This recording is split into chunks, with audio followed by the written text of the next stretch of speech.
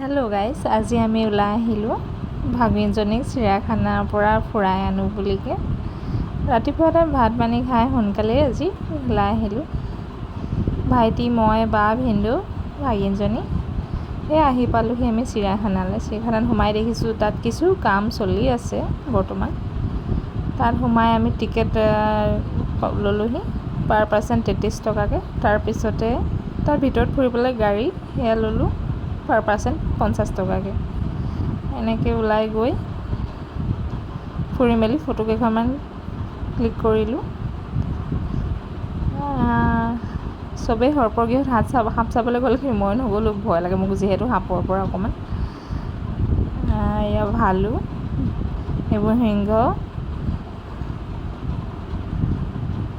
ওচৰৰ পৰা চাইছোঁ এইবাৰ প্ৰথম সিংহ। এয়া হৰিণবোৰ তাতে আছিলে।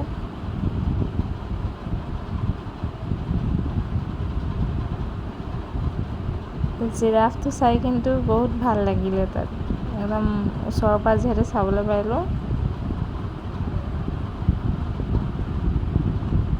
তাতে ফটো মাৰি বগৰী এইবোৰ কিনি লৈ খাই অকণমান নাৰিকল পানীকে খালোঁহি।